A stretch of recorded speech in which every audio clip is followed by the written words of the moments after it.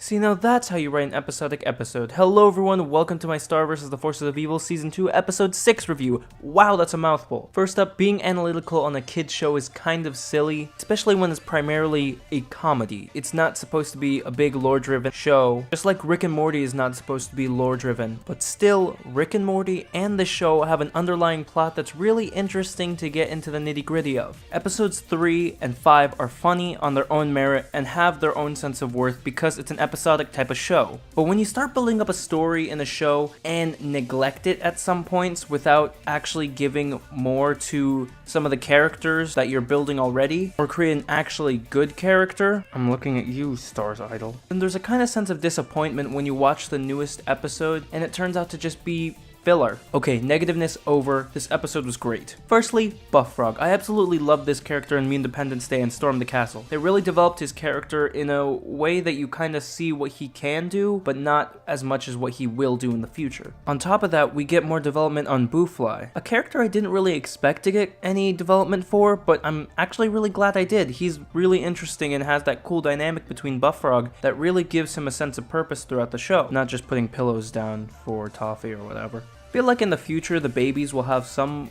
more iota of purpose or something. And in some regards I'm kind of fearful that their mother is going to come after Buffrog even though he's taken such good care of them. Speculation.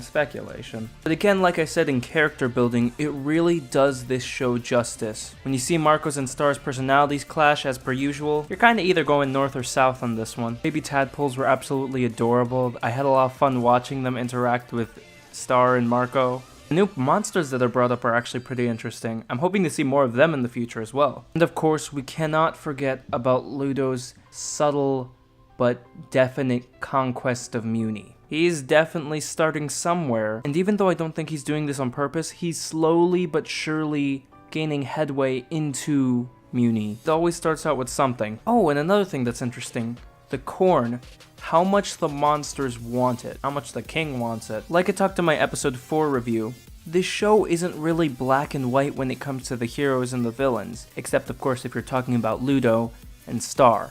We're not really sure if the Munis are necessarily good guys, and the monsters, though they've resorted to stealing and cheating, that doesn't make you a villain, that makes you desperate. I mean, it all depends on how you do it. But enough speculation. Thank you all for watching, I hope you all enjoyed. I know I've been skipping episodes, that was because I just didn't like episode 5. In terms of how I can really review the episode, I can't really review an episode and just say it's funny for 5 minutes straight. So yes, thank you all for watching again, and before I forget, they really need to make plushies of those tadpoles.